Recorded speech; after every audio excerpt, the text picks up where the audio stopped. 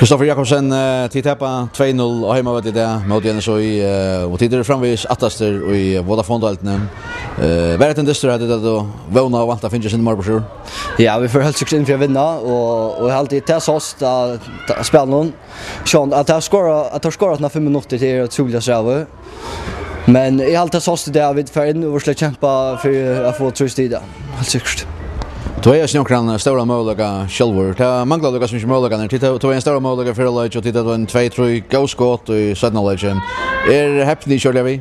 Ja, alltså jag hade själv happy vi manglar lucka det sista så kör det helt säkert Jakob. Vi har ju fotboll och allt så det manglar lucka det sista.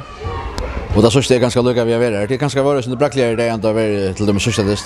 Ja, jag halta vi nu är det bara Karabassan på vi till touch fairen vi där förra steg och lite attas till alltså skott nog för klaxskudd att väl helt säkert.